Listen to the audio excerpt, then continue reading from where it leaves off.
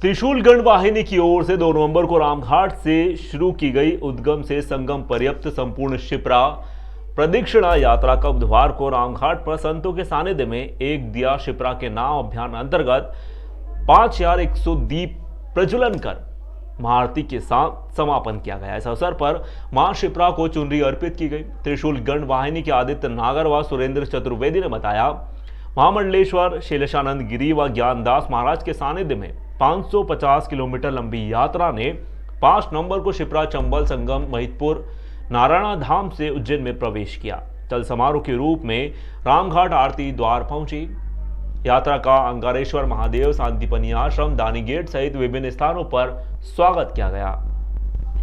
रामघाट आरती द्वार पर महामंडलेश्वर शांति स्वरूपानंद, शैलेशानंद जी, ज्ञानदास महाराज, महंत मुनि शरण दास, महंत अनुपम राम स्नेही, महंत सेवानंद गिरी महाराज, अवधेश पुरी जी महाराज सहित उज्जैन के संत महंत महामंडलेश्वरों की मौजूदगी में शिप्रा पूजन, आरती, चुनरी समर्पण के बाद एक दिया शिप्रा के नाम अभियान की शुरुआत हुई। संतों ने मौजूद भक्तों को अविरल शिप्रा के लिए संकल्प दिलाया। जन समुदाय ने शपथ ली कि शिप्रा को स्वच्छ रखेंगे, जल प्रदूषित नहीं होने देंगे, शिप्रा अविरल बहती रहे, इसके लिए योगदान देंगे। इस दौरान लोगों ने घाट पर दीपदान कर भजनों का आनंद लिया। 4 दिवसीय यात्रा में जिस तरह से लोगों में जागृति आई है, उससे प्रतीत होता है कि शिप्रा को पुनर्जीवित करना कोई बड़ी बात नहीं। लोग बढ़ चढ़कर योगदान देने को तैयार हैं। नागर एवं चतुर्वेदी के अनुसार लगातार 100 से अधिक यात्रियों ने 4 दिनों तक शिप्रा तट के आसपास स्थित गांव में पहुंचकर लोगों को नदी स्वच्छता के लिए जागृत किया।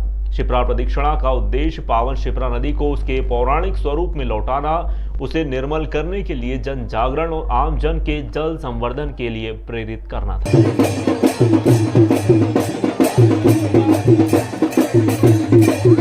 त्रिशूल शिवगण वाहिनी द्वारा शिप्रा प्रदक्षिणा यात्रा का आयोजन 2 नवंबर से आज 5 नवंबर तक किया गया।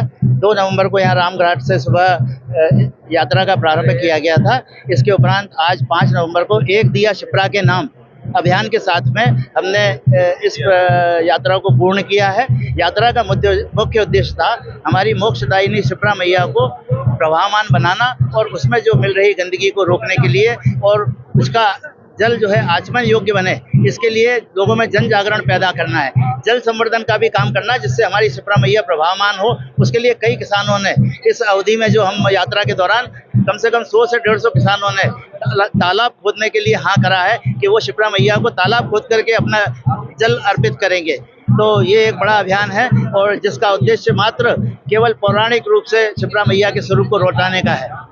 बिल्कुल, आज समापन के मौके पर हमारे द्वारा माँ शिप्रा की आरती की गई, उन्हें चुनरी भेंट की गई और हमारे साथ में संत समाज का बड़ा समूह है जिसमें मंडलेश्वर गातीपति और संत महंत अनेकों मौजूद हैं। उन सब ने भी हमारे साथ में यात्रा के दौरान सहयोग किया। शिप्रा उद्गम से संगम की यात्रा हमने 2 नवंबर से प्रारंभ कर आज कार्तिक पूर्णिमा पर समापन किया है और इसका मूल उद्देश्य ये है कि संतों के आशीर्वाद से यह यात्रा प्रारंभ हुई और किसी भी सामाजिक संगठन द्वारा, धार्मिक संगठन द्वारा निकाली गई उज्जैन में यह प्रथम यात्रा है और इसलिए इस यात्रा को हमने संतों के आशीर्वाद से पूर्ण किया है।